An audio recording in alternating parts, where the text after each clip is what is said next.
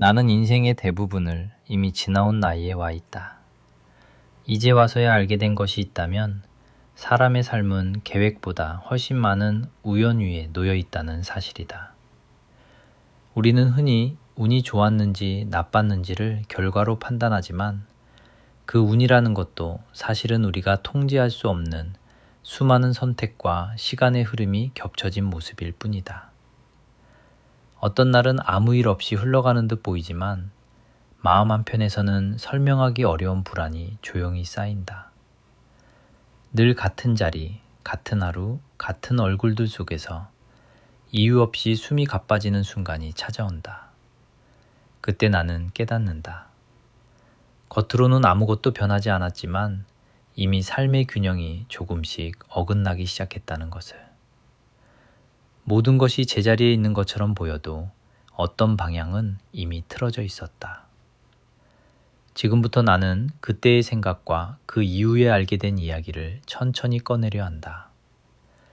이 이야기가 당신 마음 어딘가와 닿는다면 조용히 공감해 주시고 누군가와 나눠주셔도 괜찮겠다. 이 이야기를 듣는 당신도 비슷한 나이에 이르렀다면 혹은 이미 여러 번의 선택과 후회를 지나왔다면 잠시 자신의 시간을 겹쳐놓고 함께 생각해 보아도 좋겠다. 나는 아주 오랫동안 내 삶이 비교적 단정하게 정리되어 있다고 믿으며 살아왔다. 특별히 큰 성공도 눈에 띄는 실패도 없이 주어진 역할을 무난히 해냈다는 안도감 속에서 하루하루를 넘겼다. 회사에서는 맡은 일을 책임감 있게 처리했고 가정에서는 가장으로서 부족하지 않으려 했었다. 적어도 겉으로 보이는 질서는 유지되고 있었다. 그러나 어느 순간부터 설명하기 어려운 공허가 마음에 머물기 시작했다. 그것은 갑작스러운 불행이나 명확한 사건 때문이 아니었다. 오히려 아무 일도 일어나지 않는 날들이 계속될수록 나는 내가 무엇을 위해 이렇게 살아왔는지 스스로에게 묻게 되었다. 젊은 시절에는 바쁘다는 이유로 책임이 많다는 이유로 미뤄두었던 질문들이 나이가 들수록 점점 더 뚜렷해졌다. 나는 늘 선택을 해왔다고 생각했지만 돌이켜보면 많은 순간을 관성에 맡긴 채 흘려보냈다는 사실을 인정하게 되었다. 그 관성은 편안했지만 동시에 나를 안쪽에서부터 조금씩 닳게 만들고 있었다. 처음에는 그 미세한 균열을 대수롭지 않게 여겼다. 사람이라면 누구나 느끼는 일시적인 피로라고 생각했다. 하루를 마치고 집에 돌아와 신발을 벗는 순간 몸은 쉬고 싶어 했지만 마음은 좀처럼 가라앉지 않았다. 식탁에 앉아 따뜻한 국을 앞에 두고도 나는 그 온기를 온전히 느끼지 못했다. 익숙한 맛, 익숙한 시간, 익숙한 얼굴이 있었지만 그 익숙함이 위로가 되기보다는 오히려 나를 더 멀리 밀어내는 듯 했다.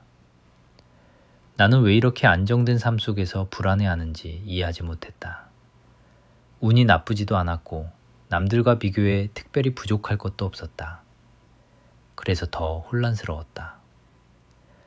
내가 느끼는 이 감정이 배부른 고민은 아닐지 스스로를 책망하기도 했다. 하지만 마음은 그렇게 쉽게 설득되지 않았다. 조용한 밤이 찾아오면 낮 동안 억눌러 두었던 생각들이 하나둘씩 떠올랐다. 만약 지금까지의 선택이 전부 옳았다면 왜 마음 한편이 이렇게 비어 있는지 나는 그 질문을 피하지 못했다. 시간이 흐르면서 나는 운이라는 것에 대해 다시 생각하게 되었다. 젊을 때는 운을 결과로만 판단했다. 잘 풀리면 운이 좋았다고 말했고 일이 어긋나면 운이 없었다고 넘겼다. 하지만 나이가 들수록 운이라는 말이 얼마나 편리한 변명인지 깨닫게 되었다. 운 뒤에는 늘 선택이 있었고 그 선택의 순간마다 나는 나름의 이유를 붙여왔다. 가족을 위해서, 안정을 위해서 모두가 그렇게 하니까. 그 이유들은 틀리지 않았지만 언제나 나의 진짜 마음을 포함하고 있었는지는 확신할 수 없었다. 나는 위험을 피하는 선택에 익숙해졌고 그 익숙함이 나를 안전한 자리로 이끌었다고 믿었다. 그러나 안전하다고 느꼈던 그 자리가 시간이 지나자 점점 숨이 막히는 공간처럼 느껴졌다. 이쯤에서 멈추고 스스로에게 묻지 않으면 안 되겠다는 생각이 들었다. 당신도 혹시 비슷한 질문을 마음속에 품고 있다면 서두르지 말고 그대로 두어도 괜찮다. 이 질문은 서서히 모습을 드러내는 법이니까.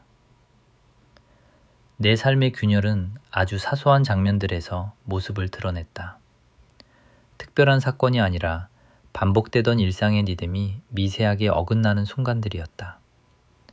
아침에 눈을 뜨는 시간이 조금씩 늦어졌고 예전에는 당연하게 여겼던 일들이 귀찮게 느껴졌다. 사람들과의 대화에서도 나는 점점 말수가 줄어들었다. 무슨 이야기를 해야 할지 몰라서가 아니라 굳이 말하지 않아도 될 것 같다는 생각이 앞섰기 때문이다. 그 침묵 속에서 나는 점점 나 자신에게로 더 깊이 숨어들었다. 겉으로는 차분해 보였지만 안에서는 알 수 없는 긴장이 계속되고 있었다. 마치 잘 정돈된 방 안에 보이지 않는 균열이 생기고 있는 것처럼 모든 것이 제자리에 있는 듯 하면서도 어딘가 불안정했다. 그 불안정함은 어느 날 갑자기 폭발하지 않았다. 대신 아주 느린 속도로 그러나 분명하게 나의 감각을 바꾸어 놓았다. 나는 그동안 삶을 관리해 왔다고 생각했다. 계획을 세우고 위험을 계산하고 감정을 조절하는 법을 배웠다. 하지만 관리한다는 말 속에는 통제하고 싶다는 욕망이 숨어 있었다. 모든 것을 예측 가능한 범위 안에 두고 싶어 했던 나는 예측할 수 없는 감정과 질문을 불필요한 변수로 취급했다. 그러다 보니 삶이 나에게 말을 걸 때조차 나는 그 신호를 흘려보내고 있었다. 어느 순간부터는 마음이 보내는 신호가 점점 더 분명해졌고 더 이상 무시할 수 없게 되었다. 그때 나는 처음으로 인정했다. 지금까지의 방식으로는 남은 시간을 온전히 살아갈 수 없을지도 모른다는 사실을. 이 인정은 두려움을 동반했지만 동시에 묘한 해방감을 주었다. 모든 것을 잘못 살아왔다는 뜻은 아니었다. 다만 아직 보지 못한 방향이 있다는 가능성을 받아들이는 일이었다. 이 지점에서 나는 과거의 나를 천천히 돌아보기 시작했다. 큰 결정들 뿐 아니라 사소한 선택들까지도 하나씩 떠올렸다. 왜 그때 그렇게 말했는지, 왜 그 길을 택했는지, 왜 침묵을 선택했는지. 그 질문들은 나를 비난하기보다는 이해하게 만들었다.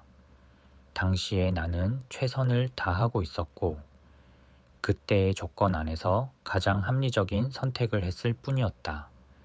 그러나 이해와 만족은 다른 문제였다. 이해한다고 해서 지금의 공허가 사라지는 것은 아니었다. 나는 이제 결과를 바꾸고 싶은 것이 아니라 남은 시간을 대하는 태도를 바꾸고 싶다는 생각을 하게 되었다.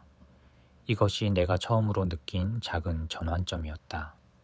만약 당신도 지금까지의 선택을 모두 옳았다고 여기면서도 어딘가 설명되지 않는 허전함을 느낀다면 그 감정은 무시할 필요가 없다. 오히려 그것이 새로운 질문의 시작일지도 모른다. 그 전환점 이후로 나는 삶을 바라보는 속도를 의도적으로 늦추기 시작했다. 빠르게 결론을 내리려 하지 않았고 감정을 즉시 정리하려 하지도 않았다. 대신 하루하루의 느낌을 있는 그대로 받아들이려 애썼다. 처음에는 어색했고 때로는 불편했다. 평생 동안 효율과 결과를 중시해온 나에게 느린 성찰은 익숙하지 않은 일이었다. 하지만 그 느림 속에서 나는 이전에는 보지 못했던 것들을 조금씩 발견했다. 내가 무엇을 두려워해 왔는지, 무엇을 너무 쉽게 포기해 왔는지, 그리고 무엇을 끝까지 붙들고 있었는지. 이 과정은 아직 끝나지 않았다. 다만 분명한 것은 이미 삶의 방향이 조금씩 달라지고 있다는 감각이었다. 겉으로 드러나는 변화는 거의 없었지만 안쪽에서는 조용한 이동이 시작되고 있었다. 이 이야기를 계속 따라오고 싶다면 잠시 멈춰 자신의 마음을 살펴보아도 좋겠다. 우리가 지나쳐온 선택들 속에는 아직 꺼내지 않은 의미들이 남아있을지도 모르니까. 그렇게 속도를 늦춘 시간 속에서 나는 이전에는 의미 없이 흘려보냈던 장면들을 다시 보게 되었다. 아침 햇살이 창문을 넘어오는 각도, 집안에 남아있는 밤의 냄새, 그리고 아무 말 없이 하루를 시작하는 순간의 공기 같은 것들이다. 젊었을 때라면 이런 감각을 사치라고 여겼을지도 모른다. 그때의 나는 늘 다음 일정과 다음 목표를 먼저 떠올렸기 때문이다. 하지만 지금의 나는 이런 사소한 감각들이 오히려 삶의 중심에 더 가까이 있다는 느낌을 받았다. 무엇을 이뤘는지보다 어떻게 하루를 통과했는지가 마음에 남기 시작했다. 이 변화는 어느 날 갑자기 생긴 결심이 아니라 반복되는 질문 끝에 서서히 굳어진 태도였다. 나는 여전히 불안했고 여전히 확신은 없었다. 다만 예전처럼 그 불안을 서둘러 밀어내지 않게 되었을 뿐이다. 그 불안을 들여다보다 보니 그 안에는 두려움과 함께 묘한 기대가 섞여 있다는 것을 알게 되었다. 지금까지와는 다른 방식으로 살아볼 수 있지 않을까 하는 조심스러운 상상 같은 것이었다. 물론 그 상상은 구체적인 계획으로 이어지지 않았다. 어디로 가야 할지, 무엇을 바꿔야 할지 명확하지 않았다. 하지만 명확하지 않다는 사실 자체가 더 이상 나를 초조하게 만들지는 않았다. 오히려 나는 그 모호함 속에서 오랜만에 나 자신과 함께 걷고 있다는 느낌을 받았다. 평생 동안 나는 누군가를 따라가거나 기대에 맞추어 방향을 조정해왔다. 그 과정에서 스스로의 목소리를 완전히 잃어버린 것은 아니었지만 자주 뒤로 밀어두었던 것도 사실이다. 이제 와서 그 목소리를 다시 들으려 하니 처음에는 아주 작게 들렸다. 그 작은 소리를 놓치지 않으려면 더 천천히, 더 조심스럽게 걸어야 했다. 이 시점에서 나는 과거의 선택들을 단순히 평가하는 대신 그 선택들이 나에게 무엇을 남겼는지에 주목하기 시작했다. 어떤 선택은 안정감을 주었고, 어떤 선택은 관계를 지켜주었다. 또 어떤 선택은 나를 지치게 만들었지만 그 안에서 배운 것도 있었다. 문제는 선택 자체가 아니라 그 선택 이후의 태도였다는 생각이 들었다. 나는 선택한 길을 의심하지 않기 위해 그 길에 나를 맞추려 애썼다. 그 과정에서 마음이 불편해지는 순간들을 참고 넘기는 것이 성숙이라고 믿었다. 하지만 시간이 지나 보니 그 참음이 쌓여서 나를 무디게 만들고 있었다. 무뎌진 감각은 편리했지만 동시에 나를 삶의 가장자리로 밀어냈다. 이 이야기를 듣는 당신도 혹시 비슷한 방식으로 자신을 다뤄온 적이 있다면 잠시 그 태도를 돌아봐도 괜찮다. 우리는 종종 강해지기 위해 스스로를 너무 쉽게 단단하게 만든다. 어느 날 나는 오래된 사진 몇 장을 꺼내보았다. 특별한 이유는 없었다. 정리하다가 우연히 손에 잡혔을 뿐이다. 사진 속의 나는 지금보다 훨씬 젊었고 표정에는 설명하기 어려운 긴장과 기대가 동시에 담겨 있었다. 그 얼굴을 한참 바라보다가 나는 문득 그때의 내가 무엇을 두려워했는지 궁금해졌다. 아마 실패였을 것이다. 혹은 남들보다 뒤처지는 일이었을지도 모른다. 그 두려움은 나를 열심히 움직이게 했고 많은 것을 이루게 했다. 하지만 동시에 그 두려움은 나를 쉬지 못하게 만들었다. 나는 늘 다음을 준비해야 했고 현재에 머무는 것을 경계했다. 사진을 다시 봉투에 넣으면서 나는 그때의 나에게 조용히 말을 걸었다. 그동안 충분히 애썼다고, 이제는 조금 다른 질문을 해도 된다고. 이 말은 과거를 부정하는 선언이 아니라 나 자신을 늦게나마 인정하는 방식이었다. 이런 생각의 흐름 속에서 나는 운명이라는 단어를 다시 떠올리게 되었다. 예전에는 운명을 거창한 사건이나 극적인 전환으로만 이해했다. 그러나 지금의 나는 운명이란 매일 반복되는 작은 선택들의 방향이라는 생각에 가까워졌다. 그 방향은 눈에 띄지 않게 서서히 틀어지기도 하고 어느 순간에는 되돌리기 어려울 만큼 멀어지기도 한다. 나는 그동안 큰 선택에만 의미를 부여하고 작은 선택들은 습관이라는 이름으로 넘겨왔다. 하지만 바로 그 습관들이 나의 하루를 만들고 그 하루들이 결국 나의 삶을 이루고 있었다. 이 깨달음은 나를 불안하게 만들었지만 동시에 다시 선택할 수 있다는 가능성도 함께 주었다. 지금 이 순간에도 우리는 무언가를 선택하고 있다. 그 선택이 아주 사소해 보여도 그것이 쌓이는 방향은 결코 사소하지 않다. 이쯤에서 당신도 자신의 하루를 이루는 작은 선택들을 떠올려 보아도 좋겠다. 그것들이 어떤 방향을 향하고 있는지 잠시 생각해 보는 것만으로도 충분하다. 시간이 더 지나면서 나는 내 안의 갈등이 점점 더 분명해지는 것을 느꼈다.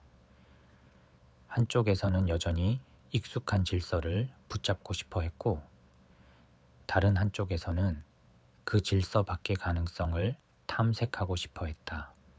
이 두 마음은 쉽게 화해하지 않았다. 익숙함은 안전을 약속했지만 새로움은 불확실함을 동반했다. 나는 오랫동안 안전을 선택해온 사람으로서 불확실함을 받아들이는 일이 얼마나 어려운지 잘 알고 있었다. 그래서 나는 스스로에게 무리한 변화를 요구하지 않기로 했다. 대신 아주 작은 질문부터 시작했다. 오늘의 선택이 나를 더 숨쉬게 만드는지 아니면 더 조용하게 만드는지. 이 질문은 정답을 요구하지 않았다. 다만 나의 감각을 다시 살려내는 역할을 했다. 감각이 살아나자 나는 예전보다 나 자신에게 솔직해질 수 있었다. 솔직함은 때로 나를 불편하게 만들었지만 그 불편함 속에는 살아있다는 느낌이 있었다. 이 과정에서 나는 한 가지 중요한 사실을 인정하게 되었다. 지금까지의 삶이 잘못된 것이 아니라 그 삶을 해석하는 방식이 바뀌고 있다는 점이었다. 젊었을 때의 기준으로 현재를 평가하면 지금의 나는 분명 느리고 비효율적일 것이다. 하지만 지금의 기준으로 돌아보면 그때의 나는 너무 많은 것을 서두르고 있었다. 기준이 달라지면 같은 삶도 전혀 다른 의미를 갖게 된다.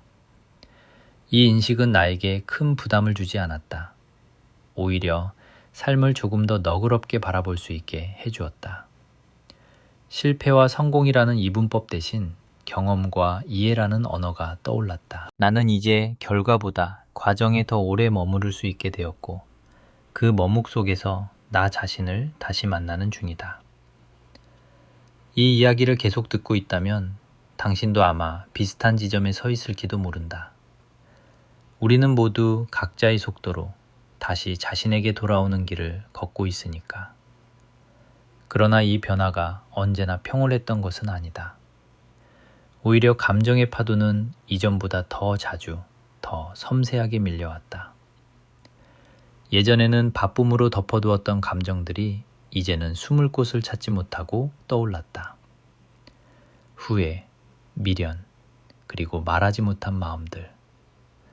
나는 그 감정들을 하나씩 마주해야 했다. 그 과정에서 나는 스스로에게 몇 번이나 묻고 또 물었다.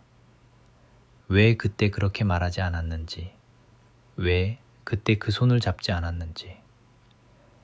이 질문들은 쉽게 답을 주지 않았다. 하지만 답을 얻지 못해도 괜찮다는 사실을 받아들이는 데까지 나는 꽤 오랜 시간이 필요했다. 모든 질문이 해소될 필요는 없었다. 어떤 질문은 남아있는 채로 나의 다음 선택을 더 신중하게 만들어주는 역할을 했다. 바로 그 지점에서 나는 이 변화가 단순한 회고가 아니라 앞으로의 삶을 준비하는 과정이라는 것을 느꼈다. 이제 나는 분명히 알고 있다. 모든 것이 어긋나기 시작했다고 느꼈던 그 시점은 사실 새로운 방향이 조용히 열리던 순간이었다는 것을. 당시의 나는 그것을 위기로만 해석했지만 지금의 나는 그 불안이 나를 멈추게 했고 멈춤이 나를 돌아보게 했다는 사실을 인정한다. 아직도 구체적인 사건이나 결론을 말할 수는 없다. 다만 내 안에서 어떤 흐름이 바뀌고 있다는 감각만은 분명하다. 이 감각은 나를 다음 이야기로 이끈다. 만약 이 흐름이 당신의 마음에도 작은 파문을 남겼다면 계속해서 함께 걸어와 주어도 좋겠다. 아직 꺼내지 않은 이야기들이 그 파문의 근원에 더 가까이 기다리고 있으니까. 그 흐름을 따라가다 보니 나는 자연스럽게 사람들과의 관계를 다시 바라보게 되었다. 젊은 시절의 나는 관계를 책임의 연장선으로 이해했다. 잘 해내야 할 일, 유지해야 할 역할, 어긋나지 않게 관리해야 할 구조처럼 여겼다. 그래서 관계 안에서 느끼는 불편함이나 서운함을 개인적인 감정으로 치부하며 뒤로 밀어두곤 했다. 그것이 성숙이라고 믿었기 때문이다. 그러나 나이가 들수록 그렇게 눌러두었던 감정들이 관계의 바닥에 조용히 쌓여 있었다는 사실을 알게 되었다. 겉으로는 아무 문제 없어 보였지만 마음은 점점 말을 잃어가고 있었다. 나는 언제부터인가 상대를 이해하려 하기보다 이해한 척하는데 익숙해져 있었다. 그 차이는 아주 미세했지만 시간이 지나자 분명한 거리로 느껴졌다. 특히 가족과의 관계에서 그 거리는 더 뚜렷했다. 우리는 같은 공간에 있었고 같은 식탁에 앉아 있었지만 서로의 마음까지 닫고 있었는지는 확신할 수 없었다. 대화는 주로 필요한 말로만 이루어졌고 침묵은 자연스러운 것으로 받아들여졌다.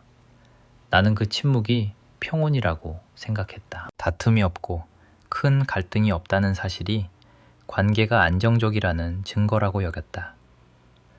하지만 속도를 늦추고 나서야 그 침묵 안에 얼마나 많은 말들이 남아 있었는지 느끼게 되었다. 말하지 않아서 편해진 것이 아니라 말할 힘을 잃어서 조용해진 것일지도 모른다는 생각이 들었다. 이 깨달음은 나를 불편하게 만들었지만 동시에 더 이상 외면할 수 없는 질문을 던졌다. 나는 어느 날 아주 사소한 일로 마음이 흔들리는 경험을 했다.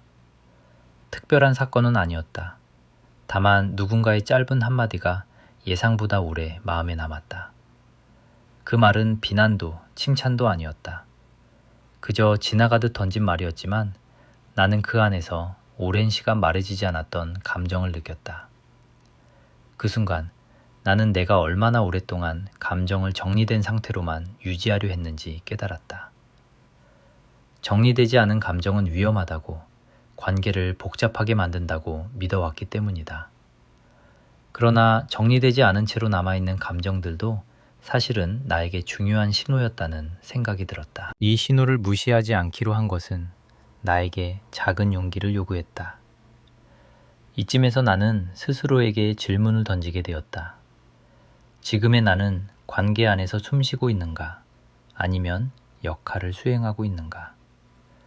이 질문은 나를 단번에 답으로 이끌지 않았다. 오히려 더 많은 생각을 불러왔다. 역할은 익숙했고 안전했다. 하지만 숨 쉰다는 느낌은 점점 희미해지고 있었다. 이 질문을 마음에 두고 지내는 동안 나는 대화를 대하는 태도가 조금씩 달라지는 것을 느꼈다. 예전에는 대화를 마무리하려는 마음이 앞섰다면 이제는 그 사이에 머무르려는 여유가 생겼다. 상대의 말을 이해하려 애쓰기보다 그 말이 나오기까지의 망설임을 느끼려 했다. 이런 변화는 크지 않았지만 관계의 온도를 미세하게 바꾸고 있었다. 이 과정에서 나는 과거의 나를 변호하고 싶은 마음과 동시에 수정하고 싶은 마음 사이에서 흔들렸다. 그때의 나는 그때의 최선이었고 지금의 나는 지금의 기준을 갖고 있다. 이 둘을 비교하는 일은 공정하지도 생산적이지도 않았다.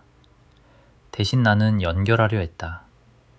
과거의 선택이 지금의 나를 만들었고 지금의 질문이 앞으로의 선택을 바꿀 수 있다는 사실을 받아들이는 쪽을 택했다. 이 연결은 나를 조금 더 단단하게 만들었다. 후회를 줄이기 위해 과거를 미워하지도 않았고 변화를 위해 과거를 부정하지도 않았다. 그 사이 어딘가에서 나는 나 자신과 화해하고 있었다. 시간이 흐르면서 나의 하루는 겉보기에는 크게 달라지지 않았다.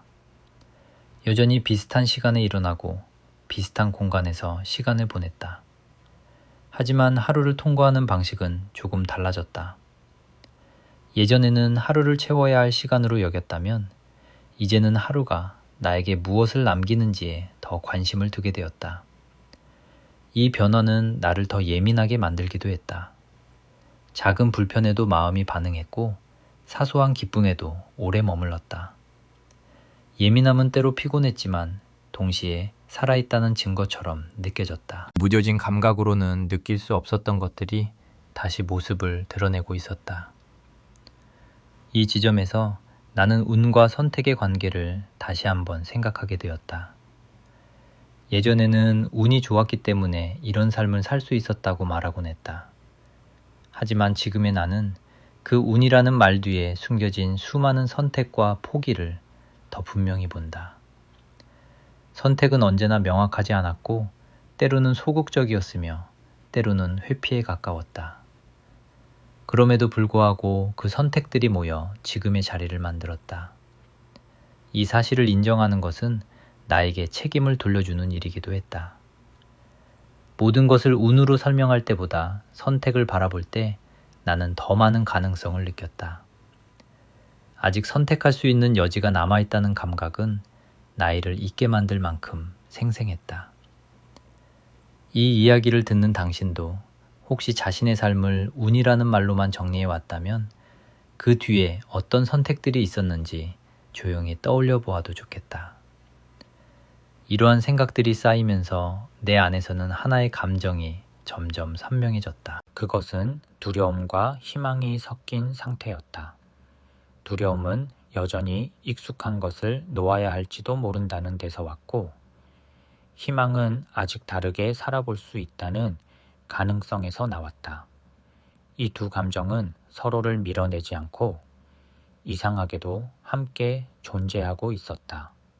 나는 그 공존을 받아들이기로 했다. 하나를 없애야만 다른 하나를 가질 수 있다는 생각을 내려놓자 마음이 조금 가벼워졌다. 삶은 언제나 이렇게 복합적인 상태였는데 나는 그동안 단순한 답을 원했을 뿐이라는 생각이 들었다. 그러던 어느 날 나는 아주 평범한 순간에 예상치 못한 깨달음을 얻었다.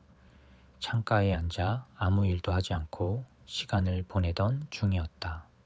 특별한 생각을 한 것도 아니었고 깊은 명상을 한 것도 아니었다. 다만 그 순간 나는 내가 더 이상 어디로 가야 할지를 조급하게 묻지 않고 있다는 사실을 알아차렸다. 대신 지금 어디에 서 있는지를 느끼고 있었다. 이 차이는 작아 보이지만 나에게는 매우 큰 변화였다.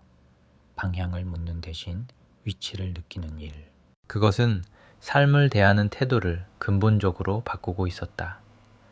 이 깨달음 이후로 나는 더 이상 인생의 답을 서둘러 찾으려 하지 않게 되었다. 대신 질문과 함께 머무르는 법을 배우고 있다. 이 법은 여전히 낯설고 때로는 불안하다. 하지만 그 불안 속에는 예전과 다른 종류의 안정이 있다.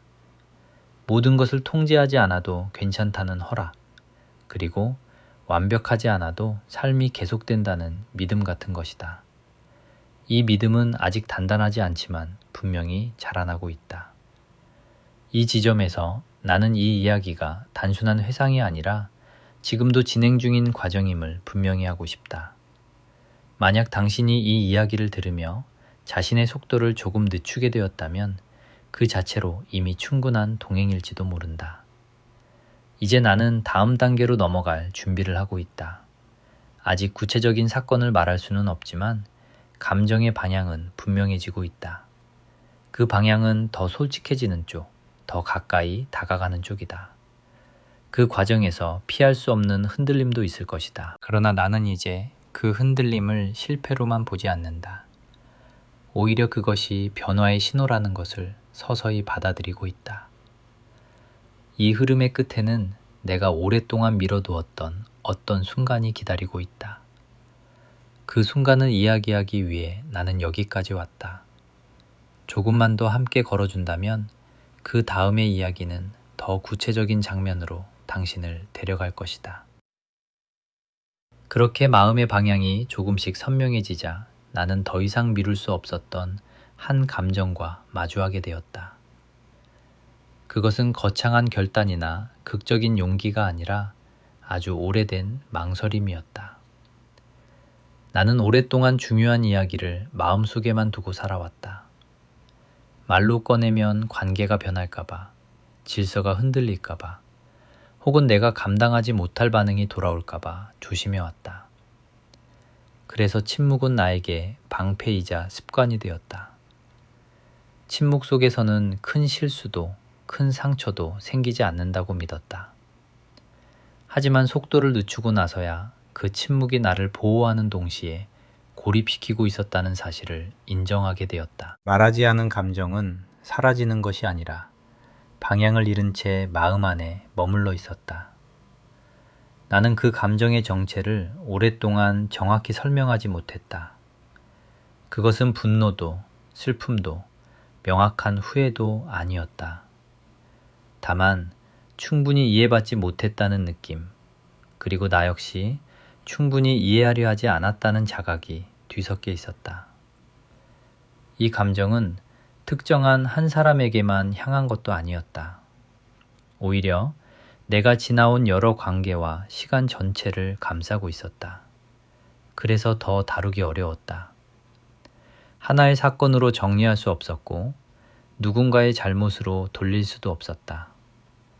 나는 이 감정을 해결해야 할 문제로 보기보다 이해해야 할 신호로 받아들이기로 했다. 그것이 나에게 요구한 것은 해결책이 아니라 태도의 변화였다. 이 변화는 말하는 방식에서부터 시작되었다. 예전에는 필요 없는 말을 줄이는 것이 배려라고 생각했다면, 이제는 필요한 말을 피하지 않는 것이 책임이라는 생각이 들었다. 물론 이 책임은 무겁게 느껴졌다. 말을 꺼낸다는 것은 상대의 반응을 받아들일 준비를 한다는 뜻이기 때문이다. 나는 아직 모든 반응을 감당할 만큼 단단하지 않았다. 그래서 한 번에 모든 것을 말하려 하지 않았다. 대신 아주 작은 표현부터 시작했다. 고맙다는 말, 미안하다는 말, 그리고 괜찮지 않았다는 말. 이 말들은 생각보다 많은 용기를 요구했지만 동시에 예상보다 큰 파장을 만들지는 않았다. 오히려 관계의 공기를 조금 바꾸는 정도였다. 그 미세한 변화가 나에게는 충분히 의미 있었다. 이 시점에서 나는 한 가지 질문을 마음에 품게 되었다. 지금의 나는 나 자신에게 정직한가? 이 질문은 다른 누구에게 던지는 것이 아니라 오로지 나에게 향해 있었다. 정직하다는 것은 늘 솔직하다는 뜻은 아니었다. 다만 스스로의 감정을 왜곡하지 않는 상태에 더 가까웠다. 나는 그동안 많은 감정을 합리화라는 이름으로 정리해왔다. 이해했으니 괜찮다. 지나간 일이니 중요하지 않다. 지금은 말할 때가 아니다. 이런 말들은 나를 편안하게 만들었지만 동시에 감정의 결을 무디게 했다. 이제는 그 무뎌짐을 되돌리고 싶다는 생각이 들었다. 이 질문을 당신도 마음속에 조용히 두어도 좋겠다. 지금의 당신은 자신의 감정에 얼마나 정직한지. 정직해지려는 시도는 나를 과거의 한 장면으로 다시 데려갔다. 오래전 아주 평범한 날이었지만 이상하게도 잊히지 않는 순간이었다.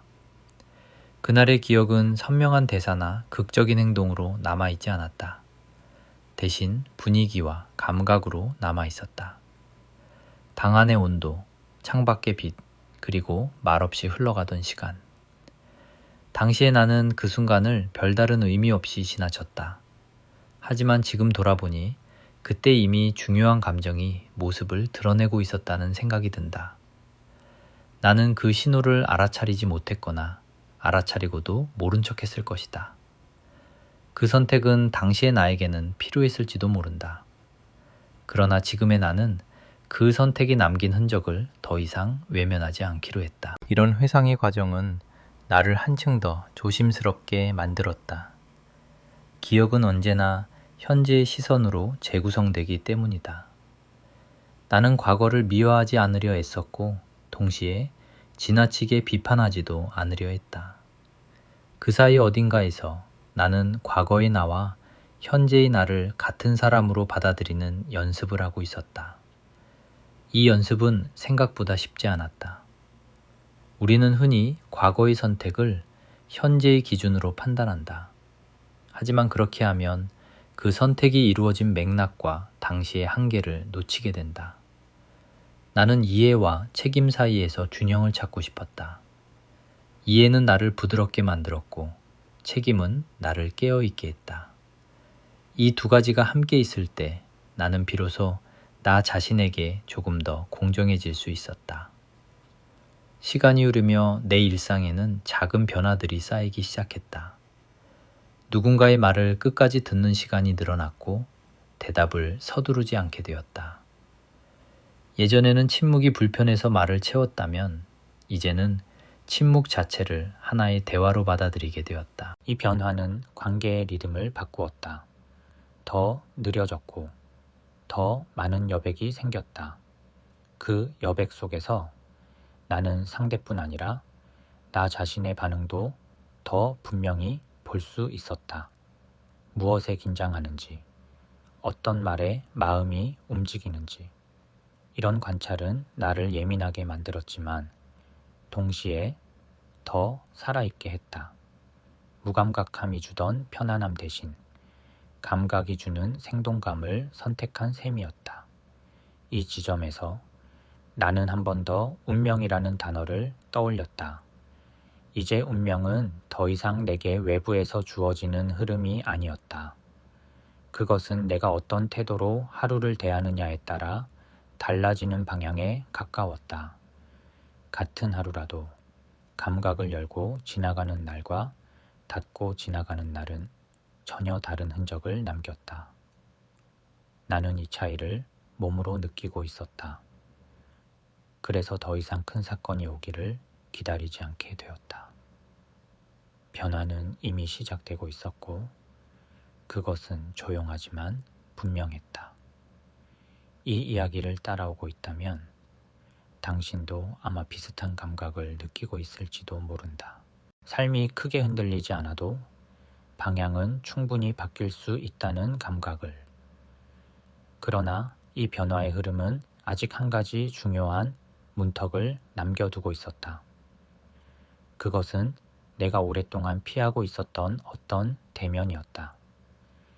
그 대면은 외부의 누구보다 나 자신과의 만남에 더 가까웠다. 나는 아직 그 장면을 완전히 꺼내놓을 준비가 되어 있지는 않다. 다만 그 문턱 앞에 서 있다는 사실만은 분명히 느끼고 있다. 이전에 나는 그 문턱을 돌아서거나 다른 이유를 만들어 미뤘을 것이다. 하지만 지금의 나는 그 앞에 잠시 서서 숨을 고를 수 있게 되었다. 넘어갈지 말지는 아직 결정하지 않았지만 적어도 도망치지는 않고 있다. 이 상태는 불완전하고 어쩌면 불안정해 보일지도 모른다. 그러나 나에게는 이 불완전함이 오히려 진실에 가깝게 느껴진다. 완벽하게 정리된 결론보다 정직한 망설임이 지금의 나를 더 잘 설명해 주기 때문이다. 이 이야기는 아직 끝나지 않았다. 오히려 이제서야 중요한 국면에 다가가고 있다. 만약 이 흐름이 당신의 마음에도 조용한 울림을 남기고 있다면 조금만 더 함께 머물러 주어도 괜찮겠다. 다음으로 이어질 이야기는 이 망설임의 문턱을 넘어서며 마주하게 된 장면들로 당신을 데려갈 것이다. 그 문턱 앞에 머무는 시간이 길어질수록 나는 점점 더 분명하게 한 가지 사실을 느끼고 있었다. 지금까지 내가 피해온 것은 특정한 사건이나 사람이라기보다 어떤 진실한 감정의 순간이었다는 점이다. 그 순간은 나에게 실패나 상처를 안겨주었을지도 모르지만 동시에 나를 더 나답게 만들 수 있는 기회이기도 했다. 나는 오랫동안 안정이라는 이름으로 감정을 정리해왔고 그 정리는 질서정연했지만 생기가 없었다. 이제 와서 그 생기를 다시 불러내려 하니 마음은 자연스럽게 저항했다. 익숙한 침묵과 새로운 정직 사이에서 갈등하는 것은 생각보다 큰 에너지를 요구했다. 하지만 나는 이미 알고 있었다. 이 갈등을 넘지 않고서는 지금 느끼는 변화가 그저 일시적인 기분으로 사라질 가능성이 크다는 것을. 이 시기에 나는 자주 스스로에게 질문을 던졌다. 만약 아무도 나를 평가하지 않는다면 나는 어떤 말을 하고 싶은가? 이 질문은 놀랍도록 많은 것을 드러냈다. 그동안 나는 말의 결과를 먼저 계산했고 그 계산이 나의 표현을 가로막았다. 관계가 틀어질까봐, 분위기가 깨질까봐, 혹은 나의 이미지가 손상될까봐 조심해왔다. 그러나 아무도 평가하지 않는다는 가정 속에서 떠오른 말들은 훨씬 단순했고 동시에 더 진실했다. 그 말들은 거창한 주장이나 요구가 아니라 그저 나의 상태를 설명하는 문장들이었다. 나는 괜찮지 않았다. 나는 이해받고 싶었다. 그리고 나 역시 이해하고 싶었다. 이 문장들을 마음속에서 반복하며 나는 그것을 말로 꺼낼 수 있을지 스스로에게 묻고 있었다. 이 질문을 안고 지내던 어느 날 나는 아주 평범한 상황에서 그 문턱을 넘게 되었다. 준비된 자리도 아니었고 계획된 대화도 아니었다. 다만 흐르던 일상의 틈에서 더 이상 말을 삼키기 어려운 순간이 찾아왔을 뿐이다. 나는 여전히 조심스러웠고 말의 순서를 고르느라 잠시 망설였다. 하지만 그 망설임 끝에서 나온 말은 생각보다 크지 않았다. 오히려 담담했고 낮은 목소리였다. 그 말이 끝났을 때 나는 긴장보다 안도에 가까운 감정을 느꼈다. 모든 것이 해결된 것은 아니었지만 적어도 더 이상 나 자신을 속이고 있지는 않다는 감각이 분명했다. 이 감각은 나에게 중요한 기준이 되었다. 변화는 거창한 결과가 아니라 이런 감각에서 시작된다는 것을 나는 몸으로 이해하고 있었다. 이 대면 이후로 나는 감정의 파장을 더 섬세하게 느끼게 되었다. 말 한마디가 관계에 남기는 흔적, 침묵이 주는 무게, 그리고 서로의 반응 사이에 흐르는 미묘한 공기까지도 이전보다 선명하게 다가왔다. 이 선명함은 때로 나를 피곤하게 만들었다. 예전처럼 무감각하게 넘어갈 수 없는 순간들이 늘어났기 때문이다. 하지만 그 피로 속에는 분명한 생동감이 있었다. 나는 더 이상 삶을 관찰만 하는 사람이 아니라 그 안에 다시 참여하고 있다는 느낌을 받았다. 이 참여는 언제나 편안하지는 않았지만 적어도 나를 비켜서 지나가지는 않았다. 이 과정에서 나는 한 가지 중요한 깨달음에 도달했다. 지금까지 내가 두려워했던 것은 갈등 그 자체가 아니라 갈등을 통해 드러날 나의 불완전함이었다. 완벽하지 않다는 사실, 언제나 옳지 않을 수 있다는 가능성, 그리고 그럼에도 불구하고 관계를 이어가야 한다는 현실. 나는 그 모든 것을 감당할 준비가 되어 있지 않다고 생각해왔다. 그래서 미리 스스로를 단정하게 정리해두는 방식을 택했다. 하지만 그 방식은 나를 안전하게 지켜주었을지는 몰라도 성장하게 하지는 않았다. 불완전함을 드러내는 일은 여전히 어렵지만 이제는 그것이 피해야 할 위험만은 아니라는 사실을 받아들이게 되었다. 이 지점에서 나는 이 이야기를 듣고 있는 당신에게 조심스럽게 말을 건네고 싶다.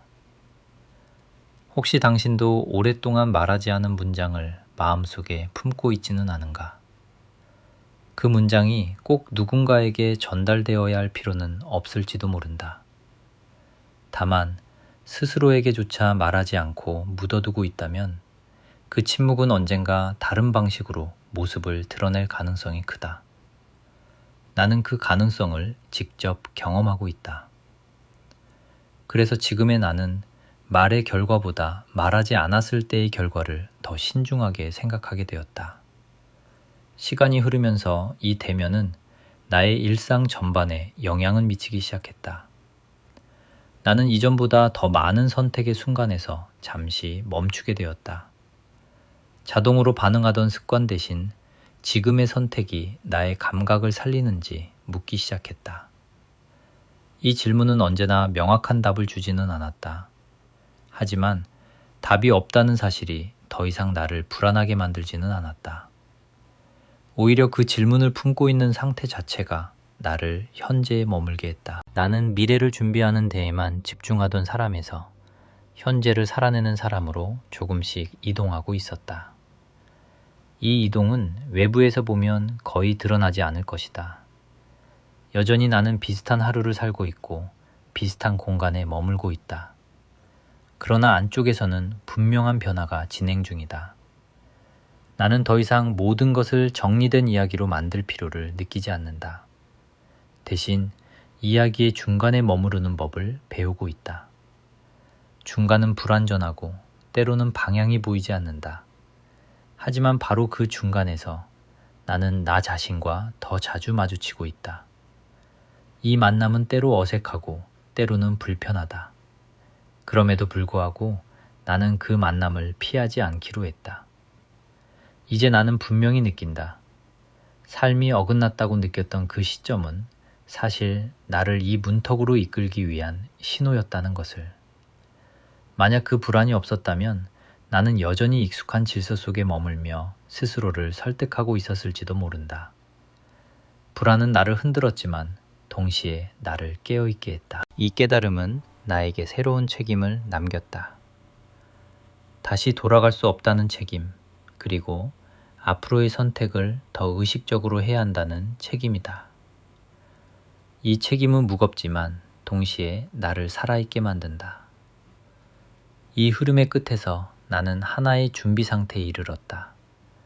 아직 모든 것이 명확해진 것은 아니지만 더 이상 피하지 않겠다는 태도만은 분명해졌다. 이제 남은 것은 이 태도가 실제 삶의 장면들 속에서 어떻게 시험받게 될지 지켜보는 일이다. 그 장면들은 아마도 크지 않을 것이다. 오히려 아주 일상적이고 평범한 순간들일 가능성이 크다. 그러나 나는 이제 알고 있다. 바로 그 평범한 순간들이 삶의 방향을 결정하는 가장 중요한 지점이라는 것을. 다음으로 이어질 이야기는 그 순간들 속에서 내가 무엇을 보았고 무엇을 선택하게 되었는지를 천천히 풀어내게 될 것이다. 그 평범한 순간들을 향해 시선을 두기 시작하면서 나는 일상의 구조 자체가 나에게 어떤 영향을 주고 있었는지를 더 분명하게 느끼게 되었다. 예전에는 하루가 주어지면 그 하루를 어떻게 채울지부터 생각했다. 해야 할 일, 지켜야 할 약속, 미뤄둘 수 없는 책임들이 먼저 떠올랐다. 그런 목록을 하나씩 지워나가는 것이 하루를 잘 보냈다는 증거처럼 느껴졌다.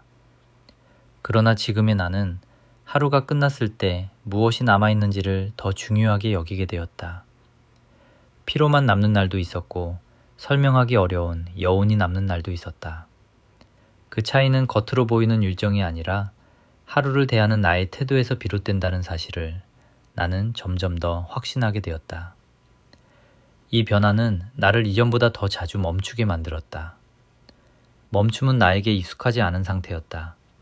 젊은 시절부터 나는 멈추지 않는 사람으로 평가받아왔고 그 평가에 스스로도 안도해왔다. 멈추지 않는다는 것은 뒤처지지 않는다는 뜻처럼 여겨졌기 때문이다. 하지만 이제 와서 돌아보니 멈추지 않았다는 말은 다른 의미로도 해석될 수 있었다. 그것은 방향을 점검할 기회를 스스로에게 주지 않았다는 뜻이기도 했다. 나는 그동안 계속 움직이기만 하면 괜찮다고 믿었다. 어디로 가고 있는지는 나중에 생각해도 된다고 여겼다. 그러나 속도를 늦춘 지금, 나는 비로소 그 질문을 피할 수 없게 되었다.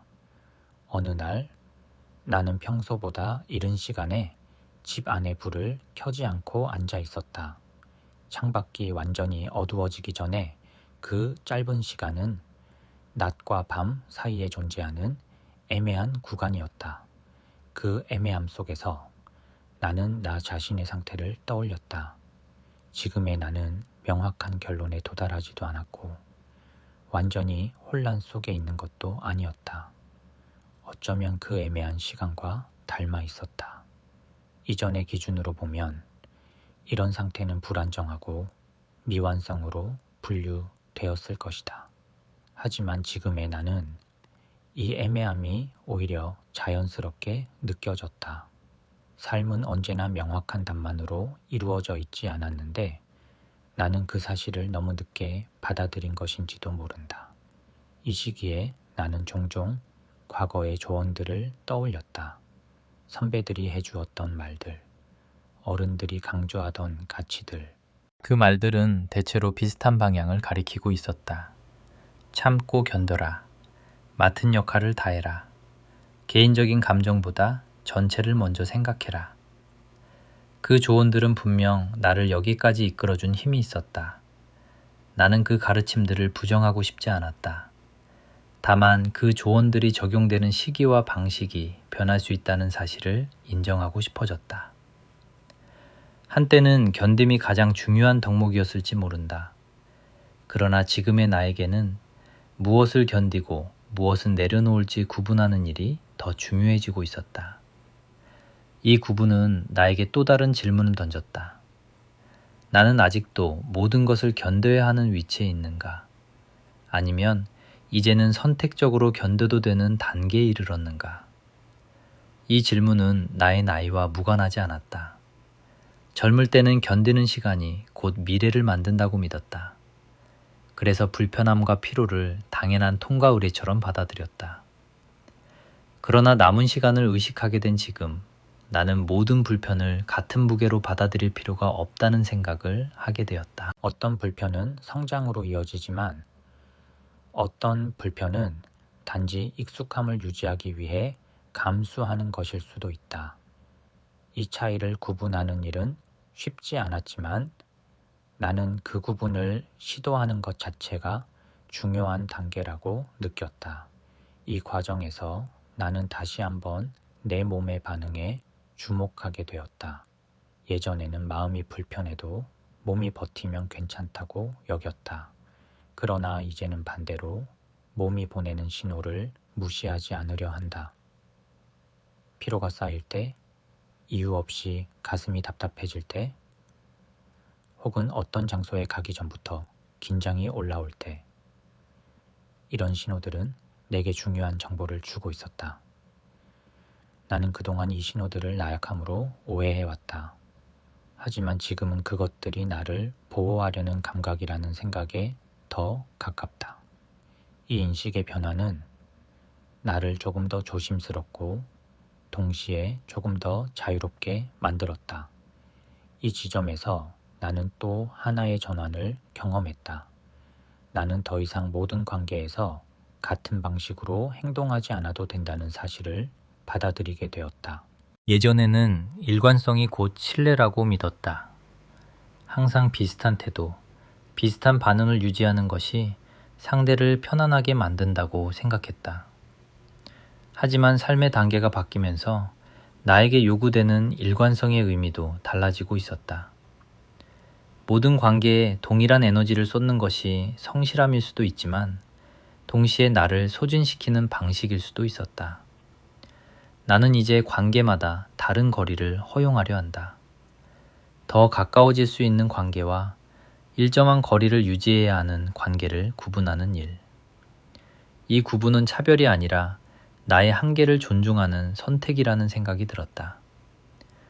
이러한 선택들은 나를 이기적으로 보이게 할지도 모른다.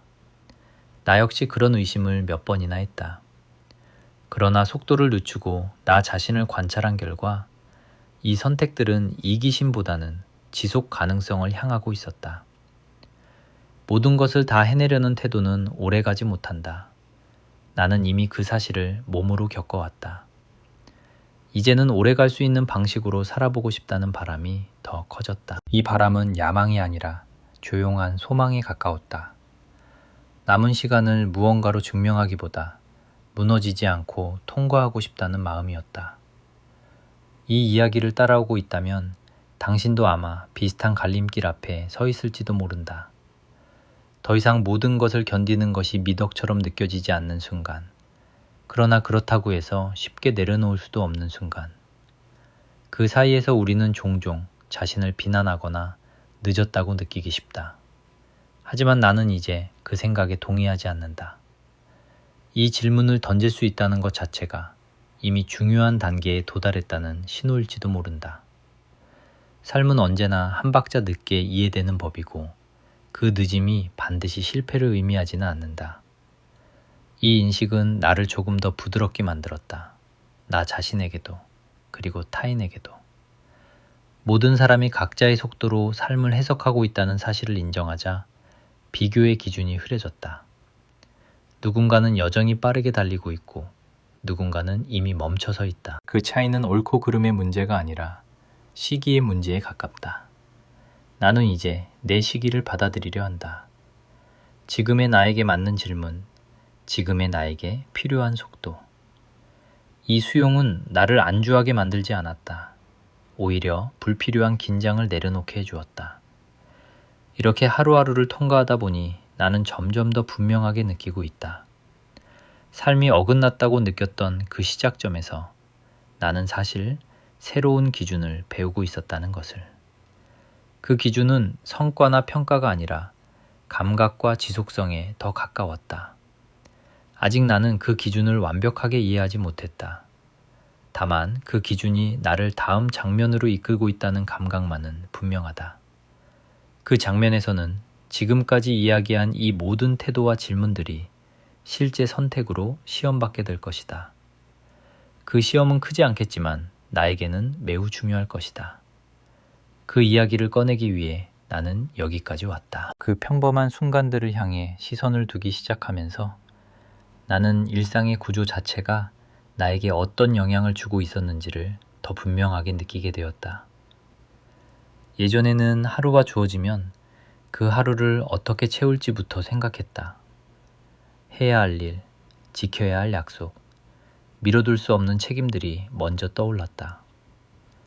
그런 목록을 하나씩 지워나가는 것이 하루를 잘 보냈다는 증거처럼 느껴졌다. 그러나 지금의 나는 하루가 끝났을 때 무엇이 남아있는지를 더 중요하게 여기게 되었다. 피로만 남는 날도 있었고 설명하기 어려운 여운이 남는 날도 있었다. 그 차이는 겉으로 보이는 일정이 아니라 하루를 대하는 나의 태도에서 비롯된다는 사실을 나는 점점 더 확신하게 되었다. 이 변화는 나를 이전보다 더 자주 멈추게 만들었다. 멈춤은 나에게 익숙하지 않은 상태였다. 젊은 시절부터 나는 멈추지 않는 사람으로 평가받아 왔고 그 평가에 스스로도 안도해 왔다. 멈추지 않는다는 것은 뒤처지지 않는다는 뜻처럼 여겨졌기 때문이다. 하지만 이제 와서 돌아보니 멈추지 않았다는 말은 다른 의미로도 해석될 수 있었다. 그것은 방향을 점검할 기회를 스스로에게 주지 않았다는 뜻이기도 했다. 나는 그동안 계속 움직이기만 하면 괜찮다고 믿었다. 어디로 가고 있는지는 나중에 생각해도 된다고 여겼다. 그러나 속도를 늦춘 지금 나는 비로소 그 질문을 피할 수 없게 되었다. 어느 날 나는 평소보다 이른 시간에 집안의 불을 켜지 않고 앉아 있었다. 창밖이 완전히 어두워지기 전에 그 짧은 시간은 낮과 밤 사이에 존재하는 애매한 구간이었다. 그 애매함 속에서 나는 나 자신의 상태를 떠올렸다. 지금의 나는 명확한 결론에 도달하지도 않았고 완전히 혼란 속에 있는 것도 아니었다. 어쩌면 그 애매한 시간과 닮아 있었다. 이전의 기준으로 보면 이런 상태는 불안정하고 미완성으로 분류되었을 것이다. 하지만 지금의 나는 이 애매함이 오히려 자연스럽게 느껴졌다. 삶은 언제나 명확한 답만으로 이루어져 있지 않았는데 나는 그 사실을 너무 늦게 받아들인 것인지도 모른다. 이 시기에 나는 종종 과거의 조언들을 떠올렸다. 선배들이 해주었던 말들, 어른들이 강조하던 가치들. 그 말들은 대체로 비슷한 방향을 가리키고 있었다. 참고 견뎌라. 맡은 역할을 다해라. 개인적인 감정보다 전체를 먼저 생각해라. 그 조언들은 분명 나를 여기까지 이끌어준 힘이 있었다. 나는 그 가르침들을 부정하고 싶지 않았다. 다만 그 조언들이 적용되는 시기와 방식이 변할 수 있다는 사실을 인정하고 싶어졌다. 한때는 견딤이 가장 중요한 덕목이었을지 모른다. 그러나 지금의 나에게는 무엇을 견디고 무엇을 내려놓을지 구분하는 일이 더 중요해지고 있었다. 이 구분은 나에게 또 다른 질문을 던졌다. 나는 아직도 모든 것을 견뎌야 하는 위치에 있는가? 아니면 이제는 선택적으로 견뎌도 되는 단계에 이르렀는가? 이 질문은 나의 나이와 무관하지 않았다. 젊을 때는 견디는 시간이 곧 미래를 만든다고 믿었다. 그래서 불편함과 피로를 당연한 통과 의례처럼 받아들였다. 그러나 남은 시간을 의식하게 된 지금, 나는 모든 불편을 같은 무게로 받아들일 필요가 없다는 생각을 하게 되었다. 어떤 불편은 성장으로 이어지지만 어떤 불편은 단지 익숙함을 유지하기 위해 감수하는 것일 수도 있다. 이 차이를 구분하는 일은 쉽지 않았지만 나는 그 구분을 시도하는 것 자체가 중요한 단계라고 느꼈다. 이 과정에서 나는 다시 한번 내 몸의 반응에 주목하게 되었다. 예전에는 마음이 불편해도 몸이 버티면 괜찮다고 여겼다. 그러나 이제는 반대로 몸이 보내는 신호를 무시하지 않으려 한다. 피로가 쌓일 때, 이유 없이 가슴이 답답해질 때, 혹은 어떤 장소에 가기 전부터 긴장이 올라올 때, 이런 신호들은 나에게 중요한 정보를 주고 있었다. 나는 그동안 이 신호들을 나약함으로 오해해왔다. 하지만 지금은 그것들이 나를 보호하려는 감각이라는 생각에 더 가깝다. 이 인식의 변화는 나를 조금 더 조심스럽고 동시에 조금 더 자유롭게 만들었다. 이 지점에서 나는 또 하나의 전환을 경험했다. 나는 더 이상 모든 관계에서 같은 방식으로 행동하지 않아도 된다는 사실을 받아들이게 되었다. 예전에는 일관성이 곧 신뢰라고 믿었다.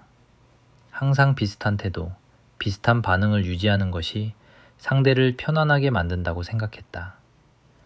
하지만 삶의 단계가 바뀌면서 나에게 요구되는 일관성의 의미도 달라지고 있었다. 모든 관계에 동일한 에너지를 쏟는 것이 성실함일 수도 있지만 동시에 나를 소진시키는 방식일 수도 있었다.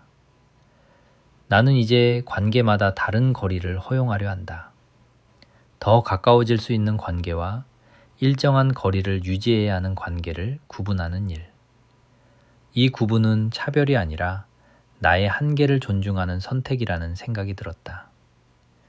이러한 선택들은 나를 이기적으로 보이게 할지도 모른다. 나 역시 그런 의심을 몇 번이나 했다. 그러나 속도를 늦추고 나 자신을 관찰한 결과 이 선택들은 이기심보다는 지속 가능성을 향하고 있었다. 모든 것을 다 해내려는 태도는 오래가지 못한다. 나는 이미 그 사실을 몸으로 겪어왔다.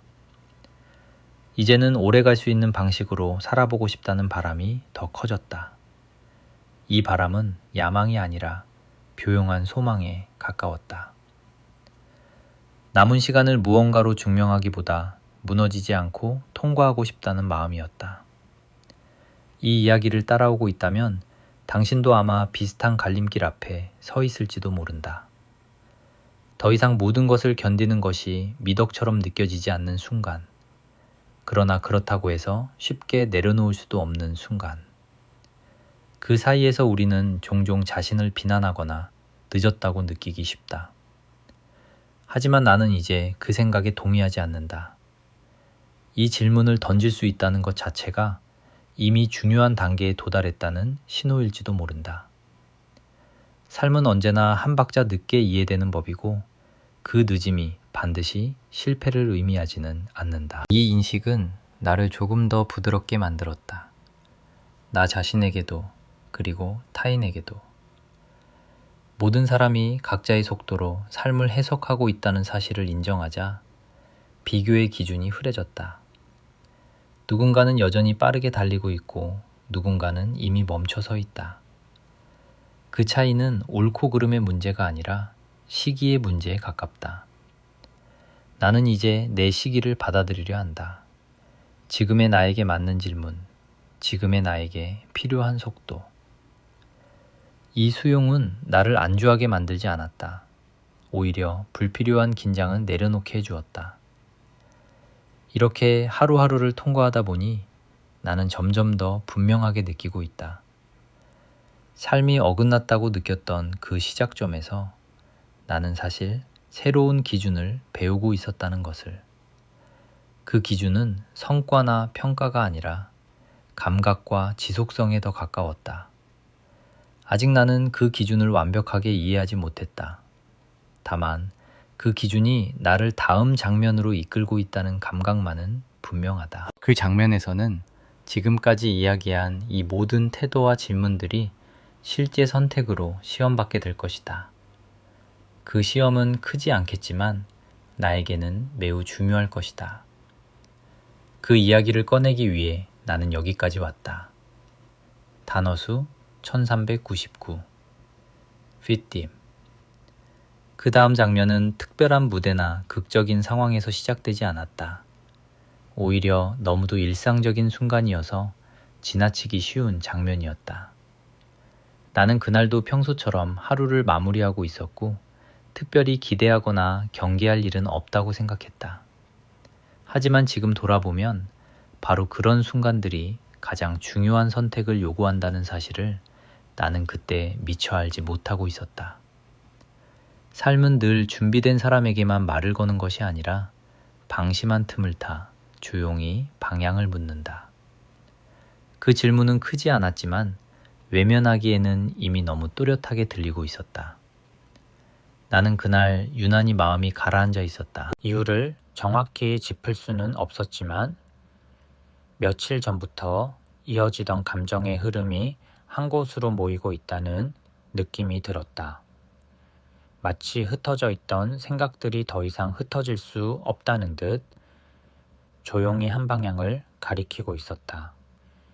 그 방향은 놀랍게도 새로운 곳이 아니라 오래전부터 알고 있었지만 애써 비켜가던 지점이었다. 나는 그 지점을 떠올리는 것만으로도 마음이 무거워지는 것을 느꼈다. 그래서 그동안은 늘 다른 생각으로 덮어두곤 했다. 그러나 그날은 달랐다. 덮어두는 일이 더 이상 편안하지 않게 느껴졌다. 이 감정은 나를 과거의 여러 장면으로 이끌었다. 선택의 기로에서 한 발 물러섰던 순간들, 말해야 할 때 침묵을 택했던 기억들, 그리고 그 선택이 남긴 잔여물들. 그 잔여물들은 시간이 지나며 희미해졌지만 사라지지는 않았다. 오히려 마음의 바닥에 쌓여 특정한 순간마다 나를 조용히 붙잡고 있었다. 나는 그동안 그것들을 추억이나 성격의 일부로만 여겼다. 하지만 이제는 그것들이 하나의 질문으로 연결되어 있다는 사실을 부인할 수 없었다. 나는 왜 늘 한 발 물러섰는가? 그 물러섬은 신중함이었는가 아니면 두려움이었는가? 이 질문은 나를 불편하게 만들었지만 동시에 나를 깨어있게 했다. 예전에 나는 이런 질문이 떠오르면 곧바로 다른 생각으로 방향을 틀었을 것이다. 하지만 지금의 나는 그 질문 앞에 잠시 머무를 수 있게 되었다. 머무른다는 것은 곧 답을 내리겠다는 뜻은 아니었다. 다만 도망치지 않겠다는 태도에 가까웠다. 나는 그 질문을 안고 하루를 보내보았다. 아침에도 낮에도 그리고 다시 밤이 찾아올 때까지. 질문은 형태를 바꾸며 따라다녔지만 사라지지는 않았다. 그 지속성 자체가 나에게는 중요한 신호였다. 이 과정에서 나는 한 가지 사실을 분명히 느끼게 되었다. 내가 두려워했던 것은 선택의 결과가 아니라 선택 이후에 달라질 나 자신의 모습이었다는 점이다. 선택은 언제나 나를 지금의 자리에서 다른 자리로 이동시키는 힘을 가진다. 그 이동은 환경뿐 아니라 정체성에도 영향을 미친다. 나는 오랫동안 익숙한 나 자신을 유지하는데 많은 에너지를 써왔다. 그 익숙함은 안전했지만 동시에 나를 고정된 틀 안에 묶어두고 있었다. 지금의 나는 그 틀을 완전히 벗어날 준비가 되어 있지는 않았다. 하지만 그 틀에 균열을 허용할 정도의 용기는 생기고 있었다. 이 지점에서 나는 다시 한번 삶의 속도에 대해 생각하게 되었다. 젊을 때의 속도는 목적지를 향해 달리는 속도였다. 중간의 풍경은 중요하지 않았고 멈춤은 곧 지체로 여겨졌다. 그러나 지금의 속도는 다르다. 어디에 도착하느냐보다 어떻게 지나가느냐가 더 중요해지고 있다. 이 변화는 나를 느리게 만들었지만 동시에 더 많은 것을 보게 했다. 보지 못했던 표정들, 말 속에 숨은 망설임들, 그리고 나 자신의 미묘한 반응들. 이 모든 것은 빠른 속도에서는 포착할 수 없는 것들이었다. 나는 이 느린 속도 속에서 선택이라는 단어의 의미를 다시 정의하게 되었다. 선택은 반드시 극적인 결단일 필요가 없었다. 때로는 이전과 다른 방식으로 하루를 보내는 것, 혹은 늘 하던 반응을 잠시 멈추는 것만으로도 충분히 선택이 될 수 있었다. 나는 그날 아주 작은 선택을 했다. 늘 하던 방식 대신 조금 다른 쪽으로 마음을 기울이는 선택이었다. 겉으로 보면 거의 차이가 없는 행동이었지만 나에게는 분명한 방향 전환처럼 느껴졌다. 이 선택은 나를 즉각적으로 다른 사람으로 만들지는 않았다. 다만 내가 다른 사람이 될 가능성을 허용했다는 점에서 의미가 있었다. 이후의 시간은 조용했지만 비어있지는 않았다.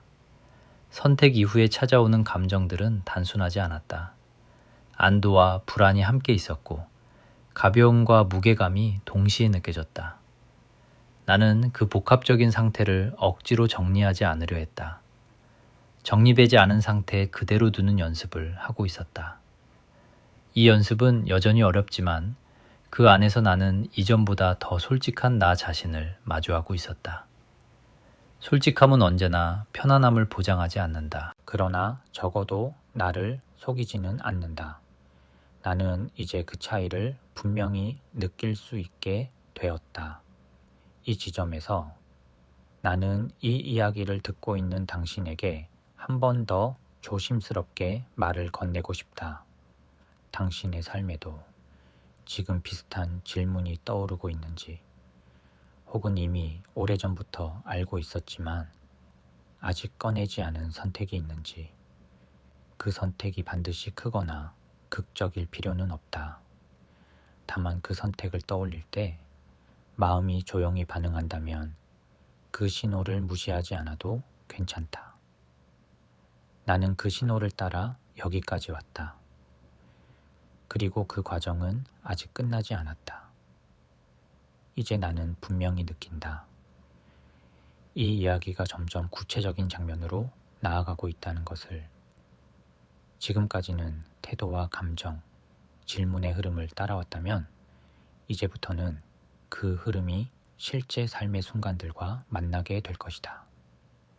그 만남은 나를 다시 시험할 것이고 아마도 이전보다 더 명확한 선택을 요구할 것이다.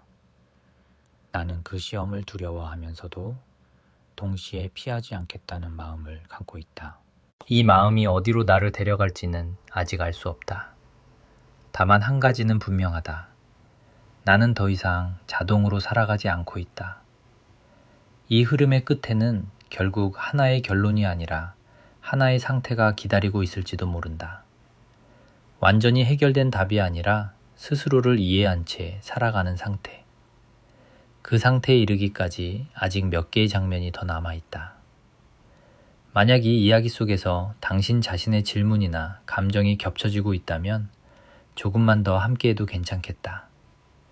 다음에 이어질 이야기는 이 선택이 실제 삶에서 어떤 파문을 만들어냈는지를 조용히 드러내게 될 것이다. 지금의 나는 더 이상 삶을 증명하려 애쓰지 않는다. 무엇을 이뤘는지, 어디까지 왔는지를 따지는 대신 오늘 하루를 어떤 마음으로 통과했는지를 느끼며 산다. 긴 시간을 돌아온 끝에 남은 것은 후회도 자랑도 아니라 조용히 숨 쉴 수 있는 내면의 자리였다. 그 자리는 겉으로 드러나지 않지만 분명히 존재하고 나는 그곳에 머무는 법을 배웠다. 상처는 사라지지 않았지만 더 이상 나를 밀어내지 않는다. 흔들림은 여전히 있지만 그것이 나를 무너뜨리지는 않는다. 지금의 삶은 크지 않고 빠르지 않지만 나에게는 충분히 안정적이고 자유롭다. 이 이야기를 여기까지 함께 들은 당신도 아마 각자의 시간을 지나 이 자리에 와 있을 것이다. 누구에게나 말로 설명하기 어려운 선택들이 있었고 조용히 견뎌온 순간들이 있었을 것이다. 겉으로는 평온해 보여도 마음속에는 아직 정리되지 않은 감정 하나쯤 남아있을지도 모른다. 그것은 이상한 일이 아니다. 삶을 성실히 살아온 사람이라면 누구나 품게 되는 무게다. 지금 이 순간 당신이 어떤 자리에 서 있든 그 자리 자체가 이미 충분한 의미를 지니고 있다는 사실을 나는 조심스럽게 느낀다. 나는 이제 더 이상 무엇이 옳은지 말하려 하지 않는다. 다만 한 가지는 분명해졌다. 우리는 각자 자신에게 허락할 권리가 있다는 점이다. 더 가까이 다가갈 권리도 있고 한 발 물러설 권리도 있다. 모든 것을 이해하려 애쓰지 않아도 되고 모든 관계를 끝까지 책임지지 않아도 된다. 아팠던 감정은 그 자체로 존중받아야 하며 견뎌온 시간은 누구와도 비교될 필요가 없다. 선택하지 않은 길을 부정하지 않으면서도 지금 선택하는 방향을 스스로 존중하는 것, 그것이 내가 도달한 하나의 태도다. 그래서 지금의 나는 아주 단순한 원칙 하나를 마음에 두고 산다. 오늘의 선택이 나를 더 조용하게 만드는지 아니면 더 숨쉬게 만드는지 살펴보는 것이다. 이 질문은 크지 않지만 오래 곁에 둘 수 있다. 나이를 먹을수록 삶은 복잡해지기보다 오히려 이런 질문 하나로 정리될 수 있다는 것을 나는 뒤늦게 배웠다. 정답을 찾지 않아도 괜찮고 결론을 서두르지 않아도 된다. 중요한 것은 지금의 나를 해치지 않는 방향으로 하루를 살아내는 일이다.